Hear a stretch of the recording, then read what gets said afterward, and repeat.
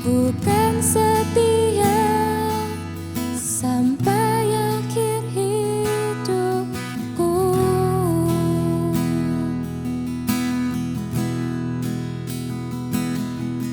Apa engkau mengenalku lebih dari siapapun?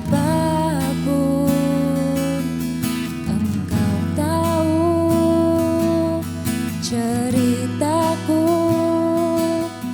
dan isi hatiku. Tak peduli masa lalu, engkau tetap memiliku. Ubahkan ku, sempurnakan jadi karya yang indah. Kini aku percaya tiada yang mustahil bagimu. Kuasamu kuatkanku, dasarku berharap. Kini aku berserah pada rancanganmu bagiku. Ku ikuti panggilanmu, ku kan setia sampai akhir hidupku.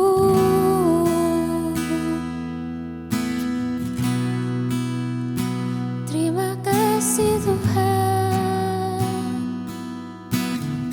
ajarku tetap setia.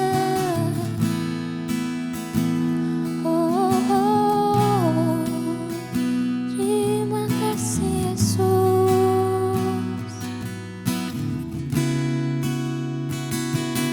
Kini aku percaya tiada yang mustahil bagimu. Kuasamu kuatkanku, dasarku berharap. Kini aku berserah pada rancanganmu bagiku. Ku ikuti panggilanmu, ku kan setia sampai akhir hidupku.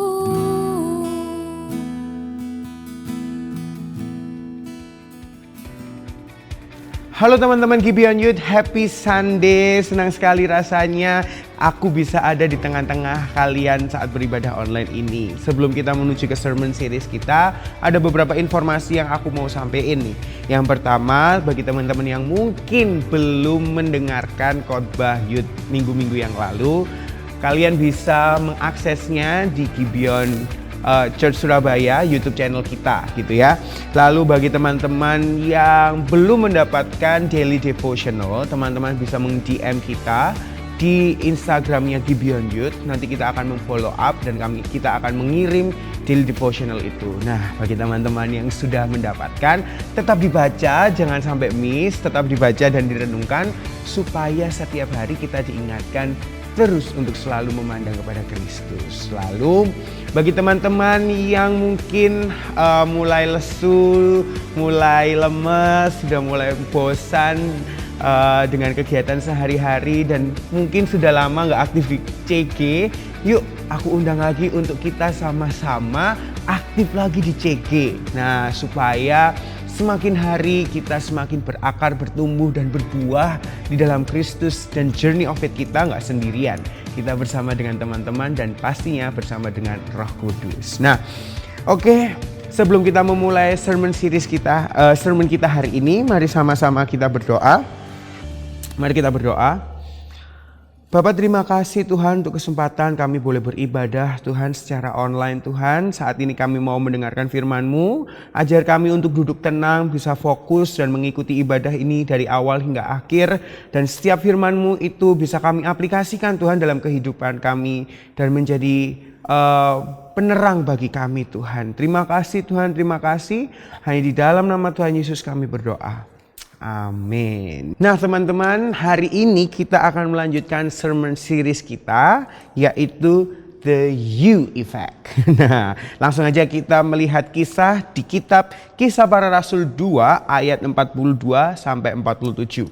Mari kita baca bersama-sama. Kisah Para Rasul 2 ayat 42 sampai 47. Demikianlah firman Tuhan. Mereka bertekun dalam pengajaran rasul-rasul dan dalam persekutuan. Dan mereka selalu berkumpul untuk memecahkan roti dan berdoa. Maka ketakutanlah mereka semua, sedang rasul-rasul itu mengadakan banyak mujizat dan tanda. Dan semua orang yang telah menjadi percaya tetap bersatu. Dan segala kepunyaan mereka adalah kepunyaan bersama. Dan selalu ada dari mereka yang menjual harta miliknya, lalu membagi-bagikannya kepada semua orang sesuai dengan keperluannya masing-masing. Dengan bertekun dan dengan sehati mereka berkumpul tiap-tiap hari dalam bait Allah. Mereka memecahkan roti di rumah masing-masing secara bergilir dan mereka makan bersama-sama dengan gembira dan dengan tulus hati sambil memuji Tuhan. Dan mereka disukai semua orang dan tiap-tiap hari Tuhan menambahkan jumlah mereka dengan orang yang diselamatkan. Amin. Nah, kisah ini adalah kisah awal bagaimana kekristenan lahir dan dampak dari kisah ini dapat kita rasakan hingga saat ini. Wow. Jadi ceritanya begini teman-teman. Setelah Yesus naik ke surga, semua orang ini berkumpul di suatu tempat. Dan saat mereka berkumpul di suatu tempat, mereka berdoa, lalu Roh Kudus turun dan memenuhi mereka. Sesaat setelah turunnya Roh Kudus, salah satu murid Yesus yang bernama Petrus, dia berkhotbah di hadapan jemaat yang banyak. Dan khotbahnya sangat powerful, sehingga banyak orang yang bertobat. Pertobatan yang terjadi saat itu menjadi tonggak dari gereja mula-mula. Yang menarik di sini adalah kehidupan jemaat mula-mula adalah kehidupan jemaat yang berkomunitas. Dengan kata lain, mereka sering mengadakan small group teman-teman, CG gitu ya. Dan karena banyak orang yang melihat, wah mereka ini seru mungkin ya. Terus mereka ini sehati, mereka ini rukun. Kalau orang Jawa bilang mungkin mereka ini guyup gitu ya. Orang Indonesia bilang begitu. Dan oleh karena itu, semakin hari Tuhan menambahkan jumlah mereka. Dan hingga saat ini kita bisa mengenal kekristenan yang tersebar di seluruh dunia. Wow. Nah, dari cerita yang di atas kita bisa mendengar gitu ya. Kita bisa melihat bahwa kekristenan ini bertumbuh dan memiliki dampak yang besar melalui komunitas yang kecil. Dari komunitas yang kecil memiliki dampak yang besar. Nah, saya percaya bahwa bukan hal yang mudah sebenarnya buat mereka jemaat mula-mula untuk bisa berkomunitas. Disebutkan di Alkitab bahwa mereka berdoa bersama, memuji Tuhan bersama, berbagi makanan, lalu masih banyak lagi dan itu dilakukan setiap hari. Wow, dilakukan setiap hari. Bukan hal yang mudah itu karena mereka juga meninggalkan pekerjaannya mereka mungkin. Dan juga mulai menjual apa yang dimilikinya untuk dibagikan kepada sesama mereka. Itu bukan hal yang mudah, tapi mereka tetap bertekun dalam ibadah mereka bersama dengan small group mereka kepada Tuhan. Gitu. Dan saya percaya teman-teman bahwa Tuhan mendesain komunitas untuk kita ini bisa menjalani hidup dengan tidak sendirian. Sama seperti jemaat mula-mula, mereka berkumpul berkomunitas. Yang mereka bahas adalah tentang Injil Kristus gitu, tentang kesaksian mereka dengan Kristus. Dan dengan demikian mereka melalui journey of faith mereka itu tidak dengan sendirian teman-teman. Nah, Ya pasti kita berjalan bersama dengan Roh Kudus gitu ya. Nah tapi Tuhan juga memberikan kita komunitas untuk kita tidak merasa sendiri. Dan lebih daripada itu kita mengalami pertumbuhan iman kita hari demi hari. Nah kalau dilihat gitu ya dalam dunia ini gitu banyak sekali komunitas gitu ya. Banyak sekali komunitas. Mungkin komunitas olahraga teman-teman, mungkin komunitas mobil, otomotif, atau komunitas geng di kelas atau gimana gitu ya. Kita punya di dunia ini banyak sekali komunitas dan tidak bisa dipungkiri komunitas ini memiliki power teman-teman untuk mengubah cara pandang, membentuk cara pandang, mengubah perspektif kita mungkin dan juga berdampak kepada attitude kita, cara kita berkomunikasi dan segala macam. Itu komunitas memiliki dampak seperti itu gitu. Dan oleh karena itu teman-teman, kita perlu memiliki komunitas yang sehat. Apa yang dimaksud komunitas yang sehat? Komunitas yang sehat adalah komunitas yang dasarnya adalah kebenaran firman Tuhan. Nah, seperti yang saya sampaikan tadi bahwa setiap komunitas memiliki value yang berbeda dan saat kita berada di komunitas yang value-nya, nilainya adalah kebenaran firman Tuhan, setiap hari kita akan disadarkan bahwa kehidupan kita ini adalah kehidupan yang penuh dengan pertobatan. Di mana setiap hari kita bertobat akan apa yang sudah kita lakukan. Dan komunitas membantu kita untuk mengingatkan kita untuk melakukan pertobatan itu setiap hari. Dan lagi bahwa saat kita berada dalam komunitas yang dasarnya kekristenan yang berdasarkan pada firman Tuhan, saat kita mengalami masalah, kita tidak melihatnya dengan kacamata manusia, tetapi kita melihatnya dari perspektif Tuhan. Wow, saya punya cerita teman-teman. Jadi saya dulu berada di sebuah komunitas yang saya menyukai aktivitas yang dilakukan itu. Saya menyukai aktivitas di komunitas itu gitu. Dan value yang ditanamkan adalah value kompetitif. Gitu ya. Value-nya adalah value kompetitif di mana saya harus selalu berlomba-lomba untuk menjadi yang terbaik. Dan saya waktu itu menanamkan kepada diri saya, I'm the best. Aku yang terbaik. Aku harus menjadi yang terbaik. Aku harus menjadi yang terbaik. Karena komunitas itu mengajarkan seperti itu. Nah, ada standar-standar yang harus dipenuhi dalam komunitas itu dan akhirnya saya mengusahakan dengan segala kekuatan saya, bukan hanya mengandalkan kekuatan secara pribadi ya teman-teman, tapi aku menghalalkan segala cara supaya apa? Supaya aku bisa diakui dan diterima oleh mereka. Wow, itu yang saya pernah berada di komunitas seperti itu. Dan saat saya menceritakan seperti ini, apakah saya melarang teman-teman untuk berkomunitas di luar? Apakah saya tidak memperbolehkan untuk teman-teman memiliki komunitas? No, bukan itu poin saya. Bukan itu poin saya.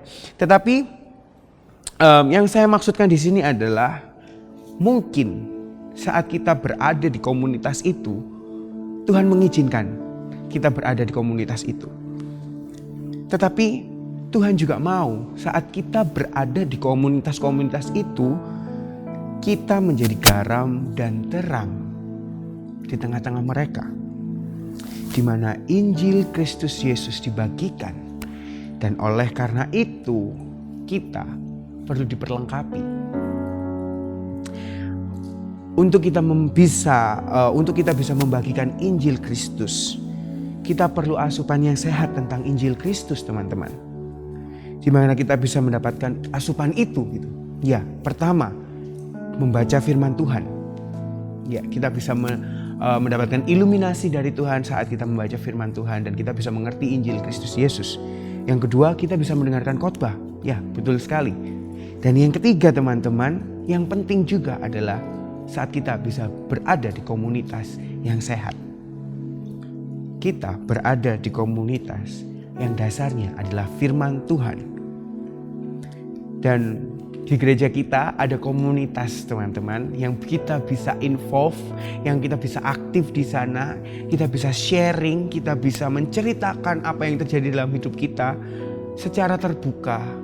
Tetapi kita mau menerima teman-teman dengan apa adanya, yaitu adalah care group. Di dalam komunitas ini kita tidak menghakimi, di dalam komunitas ini kami saling mengasihi. Dan terlebih setiap hari, setiap kita melakukan care group, yang menjadi pusatnya adalah kebenaran firman Tuhan. Yang menjadi pusatnya adalah Injil firman Tuhan, Injil Yesus Kristus. Nah, ya teman-teman, tidak bisa dipungkiri bahwa ikut CG secara online, apalagi hari-hari ini online gitu ya. Sebelumnya kita offline, kita bisa bertatap muka, mungkin kita juga bisa hangout, kita bisa sambil nonton, kita sambil pergi kemana-mana. Tapi saat ini mungkin kita tidak bisa melakukan itu dan kita cuma bisa CG secara online. Saya mengerti rasanya itu pasti tidak enak teman-teman. Saya mengerti. Saya pun mengalami di mana saya sebagai seorang guru setiap hari Senin sampai Jumat saya harus melakukan pembelajaran melalui Zoom di hadapan layar gitu ya kan. Lalu harus ada rapat juga di hadapan layar secara online gitu, dan itu dilakukan setiap hari dari hari Senin sampai hari Jumat gitu. Dan mungkin biasanya hari Sabtu juga ada meeting dengan gereja melalui online lagi.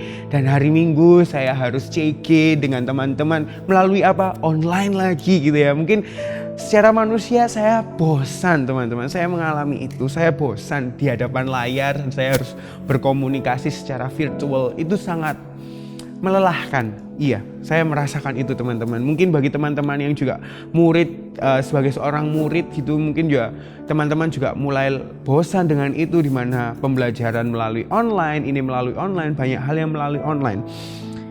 Tapi let me tell you this. Apa yang kita lakukan saat ini, saat kita ber-CG, saat kita aktif di dalam CG, yang kita lakukan ini tidak akan pernah sia-sia teman-teman. Dan yang kita lakukan ini untuk kekekalan, di mana kita setiap hari akan diingatkan melalui CG, melalui kita saat mendengarkan sharing teman-teman kita, melalui pembahasan-pembahasan yang kita dengarkan.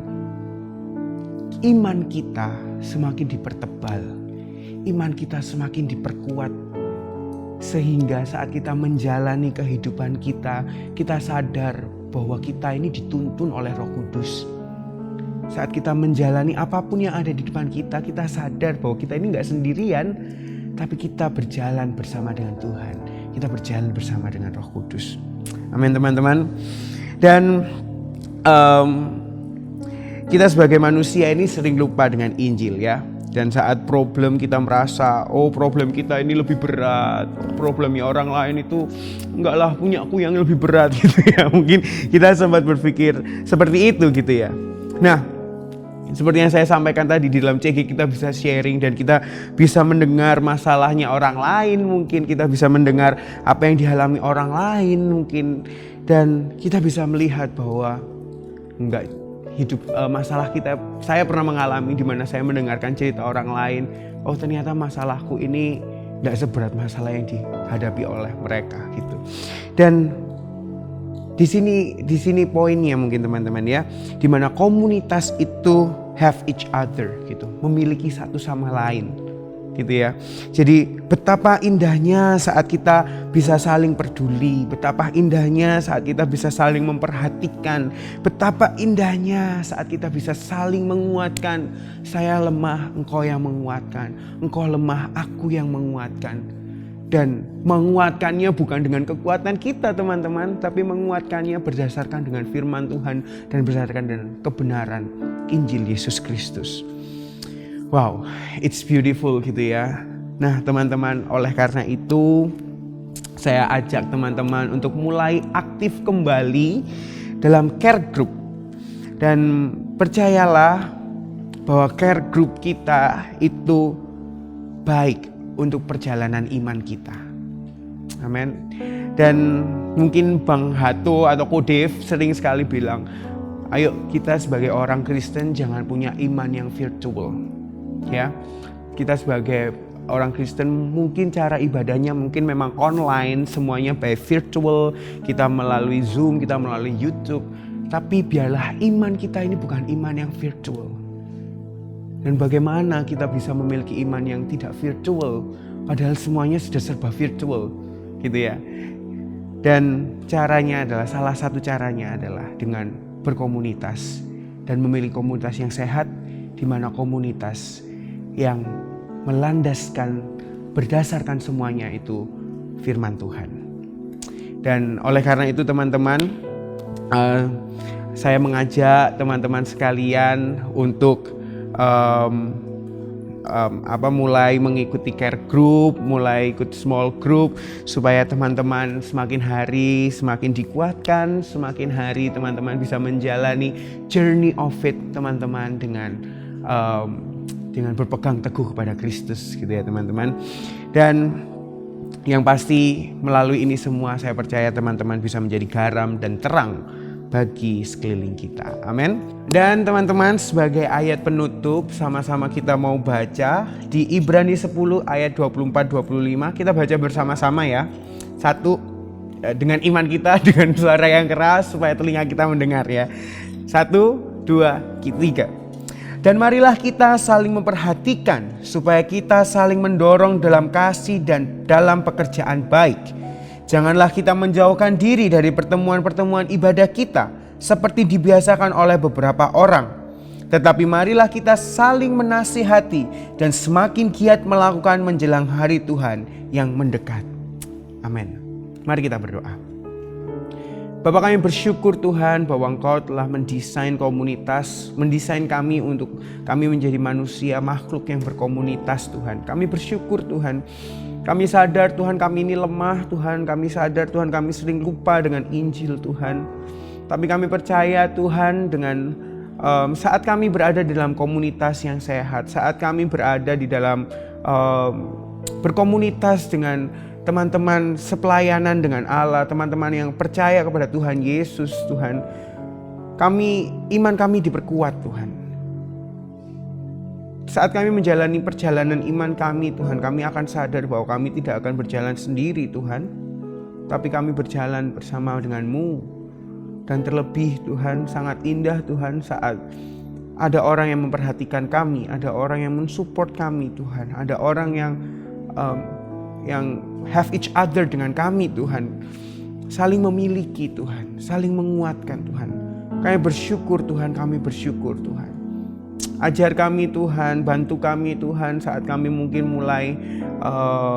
mulai terdistraksi dengan yang lain Tuhan. Kita mungkin mulai terganggu dengan hal-hal yang lain sehingga kita tidak bisa kembali berkomunitas Tuhan. Ajar kami, bantu kami untuk kami selalu ingat Tuhan. Bantu kami untuk selalu memiliki waktu Tuhan untuk kami bisa berkomunitas Tuhan. Terima kasih Tuhan Yesus, terima kasih untuk hari yang indah ini di mana kami bisa beribadah Tuhan. Terima kasih Engkau telah menuntun setiap langkah kami. Terima kasih untuk kasih karunia-Mu yang selalu baru setiap pagi, setiap kali membuka mata kami Tuhan. Terima kasih Tuhan. Kami berdoa untuk seminggu ke depan Tuhan. Mungkin kami juga sudah mulai masuk ke sekolah. Kita mulai pelajaran-pelajaran Tuhan. Bantu kami, berikan kami hikmat Tuhan di tengah kondisi kelas yang mungkin online Tuhan. Semuanya virtual Tuhan. Tapi kami mau mendapatkan ilmu itu juga ilmu yang nyata Tuhan. Dan kami bisa menggunakan ilmu itu sekali lagi hanya untuk hormat dan kemuliaan-Mu. Kami juga berdoa Tuhan, iman kami bukan iman yang virtual Tuhan, tapi iman kami adalah iman yang nyata kepada Yesus Kristus Tuhan, penebus kami Tuhan. Terima kasih Tuhan Yesus, terima kasih. Kami serahkan seluruh hidup kami ke dalam tangan-Mu. Hanya di dalam nama Tuhan Yesus kami berdoa. Amin. Oke, terima kasih teman-teman telah mengikuti ibadah ini dari awal hingga akhir. Dan ada informasi tambahan di mana bagi teman-teman yang mungkin memiliki prayer request, teman-teman bisa mengakses link yang ada di bawah ini atau mungkin mengakses barcode yang sudah kami sediakan. Dan sekali lagi terima kasih, semangat untuk menjalani 1 minggu ke depan. Semuanya sudah mulai virtual ya teman-teman, sudah virtual. Tapi semangat, jangan sampai lemes, jangan sampai loyo. Dan saya percaya Tuhan selalu memberkati teman-teman, Tuhan selalu bersama dengan teman-teman. Happy Sunday and God bless you. Bye-bye.